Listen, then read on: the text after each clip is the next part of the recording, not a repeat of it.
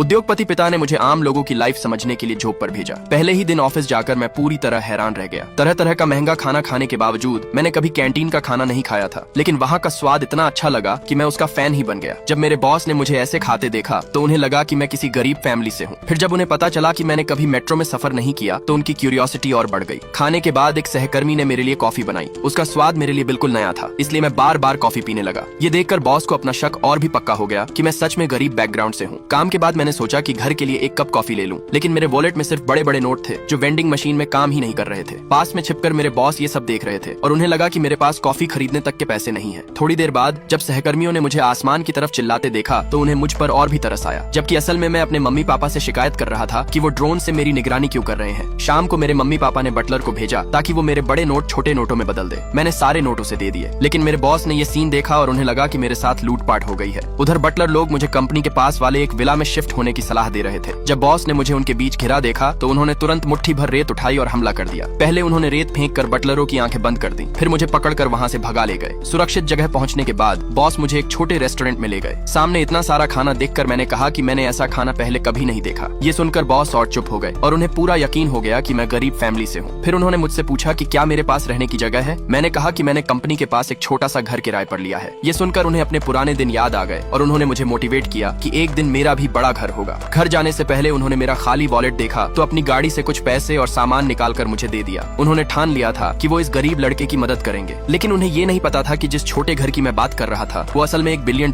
का luxury villa था। अगले दिन आम लोगों की लाइफ जीने के लिए मैंने बस से ऑफिस जाने का फैसला किया, लेकिन जिस बस में मैं चढ़ा उसमें मैं अकेला ही था। ये अजीब नजारा देखकर आसपास की गाड़ियों में बैठे लोग भी हैरान रह गए।